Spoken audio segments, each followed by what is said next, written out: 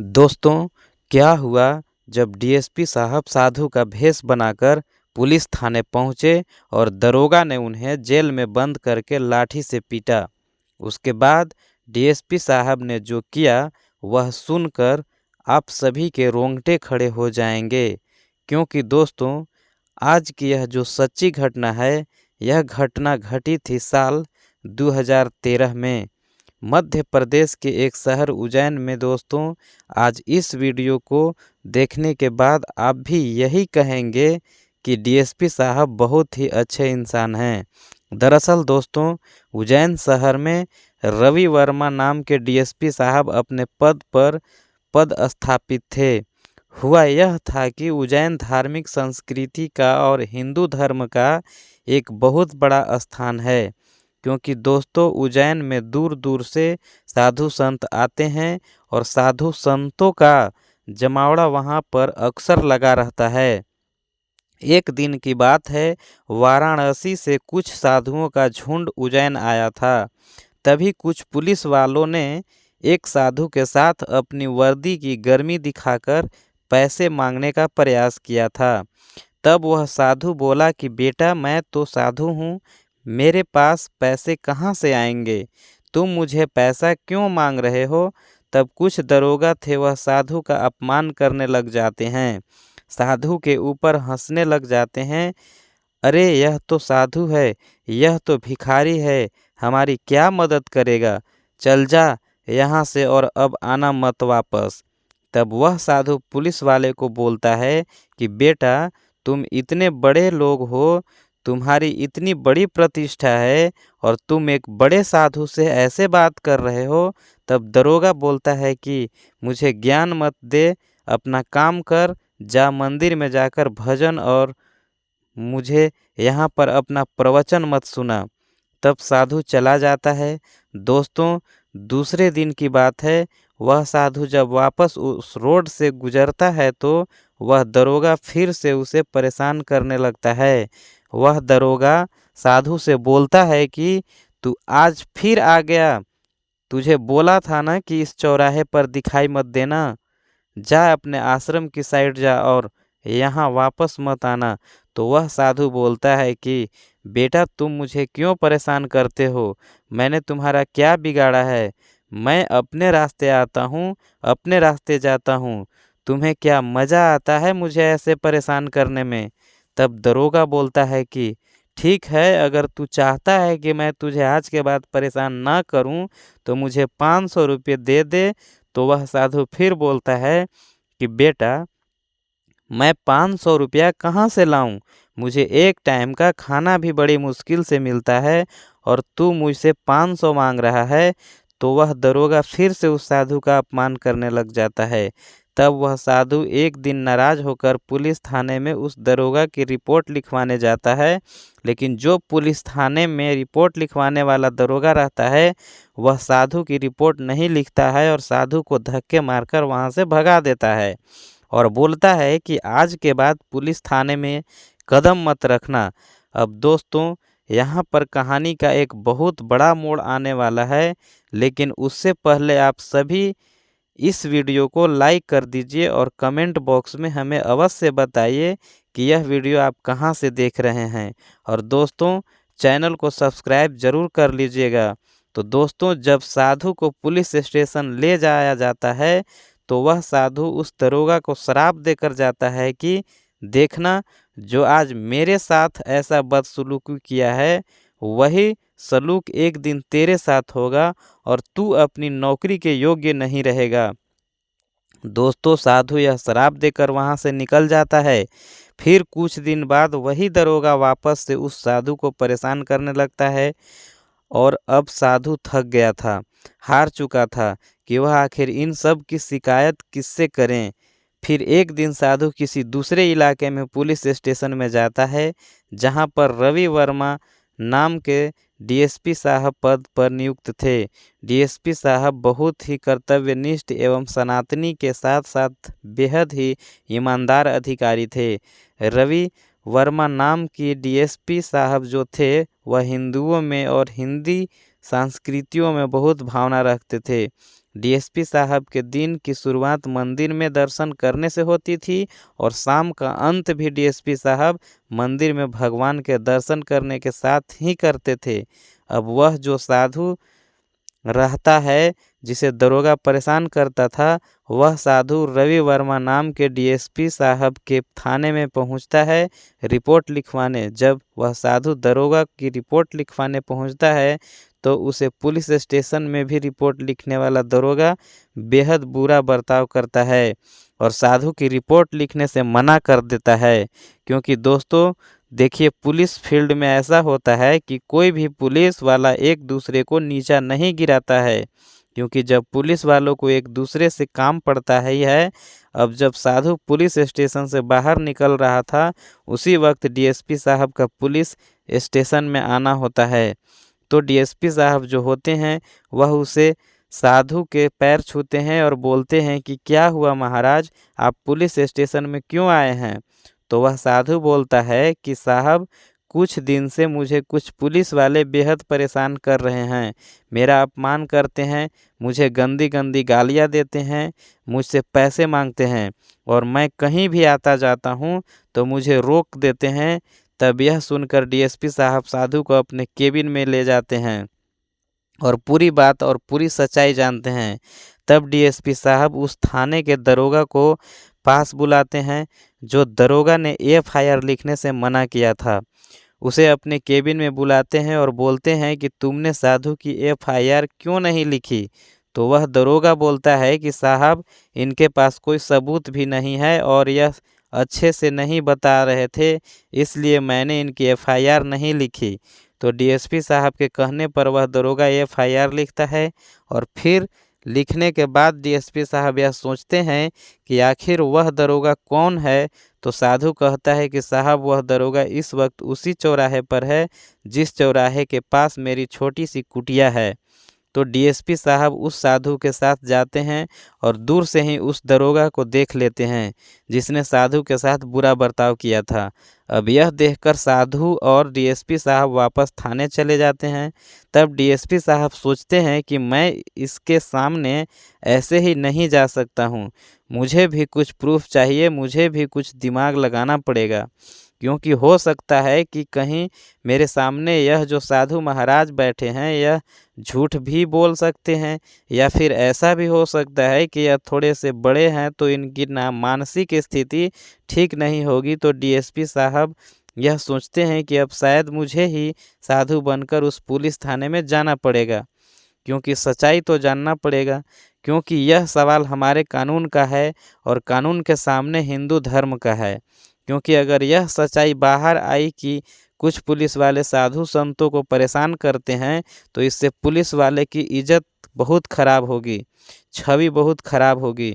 तो डीएसपी साहब यह सोचते हैं कि अब मुझे मैदान में उतरना ही पड़ेगा और यह सब रोकना ही पड़ेगा, क्योंकि अगर इसी तरह चलता रहा तो हमारे शहर का भी नाम खराब होगा और सारे पुलिस कर्मियों का भी नाम खराब होगा।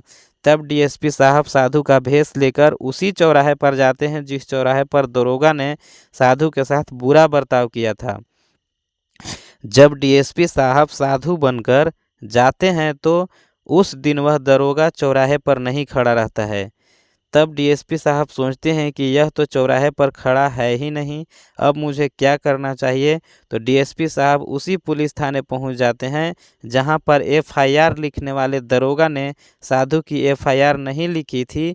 जब डीएसपी साहब उस पुलिस थाने में जैसे ही आगमन करते हैं, तब एक दरोगा आकर उन्हें भगा देता है, बाहर से ही चिल्लाकर कहता है कि रुक, तू कहाँ ऊपर चला आ रहा है, नीचे जा, यहाँ पर साधुओं के लिए कोई जगह नहीं है। तो डीएसपी साहब जो साधु के भेष में रहते हैं वह उस दरोगा से बोलते हैं कि साहब, मुझे कुछ लोग परेशान कर रहे हैं, मुझे एफआईआर लिखवाने हैं, प्लीज़ कृपया आप मेरी सहायता करें। तो वह दरोगा साधु को नहीं जाने देता है, पुलिस थाने में वह बाहर ही रोक लेता है। तब दरोगा को कुछ फ़ोन आता है और दरोगा फ़ोन पर बात करने साइड में चले जाता है। इतने में जो डीएसपी साहब साधु के भेष में थे वह पुलिस थाने में ही पहुंच जाते हैं। जब पुलिस थाने में जाकर वह दरोगा के पास एफआईआर लिखवाता है तो वह दरोगा साधु यानी डीएसपी साहब की एफआईआर लिखने से मना कर देता है और बोलता है कि तुम मूर्ख हो, यहाँ पर साधुओं की कोई मदद नहीं की जाती है, यहाँ से आए वापस चले जाओ। यह कोई तुम्हारा आश्रम नहीं है, यह कोई तुम्हारा मंदिर नहीं है जो तुम यहाँ पर मुंह उठाकर चले आए हो। यहाँ तुम्हारी कोई सहायता नहीं होगी। जाओ अपने आश्रम जाओ, अपने घर जाओ। जो डीएसपी साहब रहते हैं साधु के भेष में, वह ज़ोर ज़ोर से हंसने लग जाते हैं तो वह डर जाता है और बोलता है कि ए साधु, तू हंस क्यों रहा है? तू कहीं पागल तो नहीं हो गया है? तेरा दिमाग तो सही है? तब जो साधु होता है वह कहता है कि तुम नहीं जानते हो कि यह तुम किससे बोल रहे हो और किस साधु से बात कर रहे हो। मैं बहुत बड़ा चमत्कारी साधु हूँ। मैं चाहूँ तो अभी तुम्हें तुम्हारी नौकरी से निकलवा सकता हूँ। तब वह दोनों को गुस्सा करने लगता है और वह डीएसपी साहब को जेल में बंद कर देता है। जब डीएसपी साहब जेल में बंद होते हैं तो वह जेल के अंदर से बोलते हैं कि जो भी तुम्हारे साहब हैं, अगले 15 मिनट में उन साहब को यहाँ बुलाओ, वरना मैं तुम्हारा पूरा पुलिस थाना यहाँ पर बंद करवा दूंगा। तब वह दरोगा बोलता है कि तू क्या कहीं का प्राइम मिनिस्टर है या कहीं का विधायक है जो ऐसे बातें कर रहा है? तब डीएसपी साहब उसे जेल के अंदर अपने असली रूप में आते हैं। डीएसपी साहब धीरे धीरे अपनी दाढ़ी मूछ निकालते हैं लगते हैं और अपने सर पर उन्होंने जो नकली बड़े बड़े बाल लगाए हुए थे वह निकालने लगते हैं। यह सब होता देख वह दरोगा डर जाता है और वह बोलना है, साहब आखिर आप कौन हैं और यह भेष बनाकर आए हैं? तब डीएसपी साहब कहते हैं कि मैं तुम्हारे शहर का डीएसपी हूँ। जैसे ही यह शब्द वह दरोगा सुनता है, खड़े खड़े ही उनके पैरे तले जमीन खिसक जाती है और फिर वह दरोगा कहता है कि साहब, आप यह साधु का भेष बनाकर क्यों आए हैं? आप क्या करना चाहते हैं? तब डीएसपी साहब सारी बात बताते हैं कि कुछ दिन पहले तुम्हारे पुलिस थाने में एक साधु रिपोर्ट दर्ज करवाने आया था, जो तुमने उसकी रिपोर्ट दर्ज नहीं की थी। और वह दरोगा आखिर कहाँ है जिसने साधु का अपमान किया था, साधु से पैसे मांगता था? बुलाओ। तब वह दरोगा पुलिस स्टेशन के सभी दरोगा को बुलाता है और डीएसपी साहब से कहता है कि साहब, आप इनमें से पहचानिए वह कौन है। और उसी थाने के जो अधिकारी रहते हैं वह भी तुरंत महापौर पर स्थित होते हैं। तब डीएसपी साहब जेल से बाहर आकर गुस्से में वहां पर जितने भी पुलिस वाले थे उन सभी को बोलते हैं कि आखिर तुम्हारे पुलिस स्टेशन में क्या चल रहा है? आखिर तुम उस साधु को क्यों परेशान कर रहे हो? उसकी भी मजबूरी है, उसका भी जीवन है। वह एक साधु है, उसे दुनियादारी से कुछ नहीं लेना देना है। वह सिर्फ भगवान की भक्ति करता है, पूजा पाठ करता है। तुम उसे परेशान क्यों करते हो? क्या तुम्हें इसलिए इस पुलिस की नौकरी मिली है? क्या तुम इसलिए पुलिस वाले बने हो कि तुम गरीब असहाय लोगों को परेशान करो, साधु संतों का अपमान करो? तब वहाँ के जितने भी दरोगा थे वह डीएसपी साहब से माफ़ी मांगते हैं और डीएसपी साहब से कहते हैं कि उस दरोगा को मेरे सामने लेकर आओ जिसने भगवान जैसे साधु का अपमान किया है। वह दरोगा उस दिन छुट्टी पर होता है और किसी शादी समारोह में जा रहा होता है। तब पुलिस स्टेशन से उस दरोगा को फ़ोन लगाया जाता है कि तुम जहां हो तुरंत 15 मिनट में पुलिस स्टेशन में आओ। तब वह दरोगा जो साधु को परेशान करता था वह दौड़ते दौड़ते पुलिस स्टेशन आता है और डीएम साहब उससे पूछताछ करते हैं कि आखिर तूने क्यों साधु को परेशान किया, क्यों अपमान किया और क्यों उन्हें गालियां दी? तो वह दरोगा बोलता है कि साहब, मैंने ऐसा नहीं किया। आपको किस साधु ने बताया? हो सकता है कि वह साधु झूठ बोल रहा हो। तो डीएसपी साहब उस साधु को पुलिस स्टेशन में बुलाते हैं और उसे दरोगा के सामने खड़ा कर देते हैं और डीएसपी साहब साधु से पूछते हैं कि क्या यह वही पुलिस वाला है? तो वह साधु बोलता है, जी हाँ साहब, यही पुलिस वाला है। तब डीएसपी साहब उस दरोगा को बहुत डांटते हैं, पूरे पुलिस स्टेशन के सामने उसे दंड बैठक लगवाते हैं और डीएसपी साहब कहते हैं कि आज से तू नौकरी पर नहीं आएगा, आज से तू इस थाने की दहलीज नहीं छोड़ेगा, क्योंकि डीएसपी साहब ने उसे निलंबित कर दिया था। दोस्तों, क्योंकि जो गलती उस दरोगा ने की थी, वैसी गलती उस शहर में आज से पहले कभी नहीं हुई थी। और वह डीएसपी साहब जो एक हिंदूवादी थे, जो साधु संतों को बहुत मानते थे, क्योंकि डीएसपी साहब कोई और नहीं बल्कि एक पंडित के ही बेटे थे। और डीएसपी साहब के पिता ने डीएसपी साहब को बहुत अच्छे संस्कार दिए थे। डीएसपी साहब भी हमेशा धर्म से जुड़कर रहते थे। कहीं भी कुछ भी धार्मिक कार्यक्रम होता था तो वह डीएसपी साहब सबसे पहले जाते थे, और डीएसपी साहब कभी किसी के साथ अन्याय नहीं करते थे। वह अगर कहीं पर भी जाते और उन्हें असहाय और ज़रूरतमंद लोग दिखते थे तो डीएसपी साहब तुरंत उनकी सहायता करते थे। डीएसपी साहब अपने परिवार के साथ जब भी किसी मंदिर या किसी भी सिद्ध आश्रम में जाते थे तो हमेशा उनके लिए ज़रूरत की चीज़ लेकर जाते थे। वैसे के बने गर्म कपड़े और अन्य ज़रूरत की चीज़ हमेशा डीएसपी साहब अपने परिवार के साथ दान करते थे। क्योंकि जब डीएसपी साहब के सामने यह घटना आई थी तब डीएसपी साहब को अंदर से बहुत दुख हुआ था, और डीएसपी साहब यही सोच रहे थे कि आखिर हमारे पुलिस बल के जवानों को यह हो क्या गया है, क्या वह हमारा धर्म, हमारी संस्कृति और हमारे संस्कार भूल गए हैं? आखिर क्यों शहर में ऐसा हो रहा है? डीएसपी साहब दोस्तों एक बहुत अच्छे इंसान थे, और डीएसपी साहब ने जब यह केस सुलझाया तो इसके साथ डीएसपी साहब सुर्खियों में आ गए। पूरे शहर में डीएसपी साहब की चर्चा होने लगी।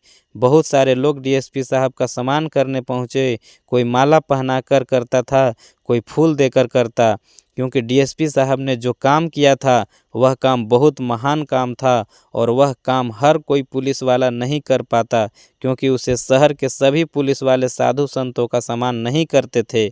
हमेशा साधु संतों का अपमान करते थे, परेशान करते थे। आप क्या कहना चाहते हो इस कहानी के बारे में? आपकी जो भी राय कब है कमेंट बॉक्स में लिख सकते हैं, लोगों के साथ शेयर कर सकते हो। वीडियो अगर अच्छी लगी हो तो वीडियो को लाइक और चैनल को सब्सक्राइब ज़रूर करें, ताकि हमें और भी अच्छे अच्छे वीडियो बनाने के लिए हौसला मिल सके। तो मिलते हैं एक नए वीडियो में नए टॉपिक के साथ। तब तक के लिए आप सभी का बहुत बहुत धन्यवाद।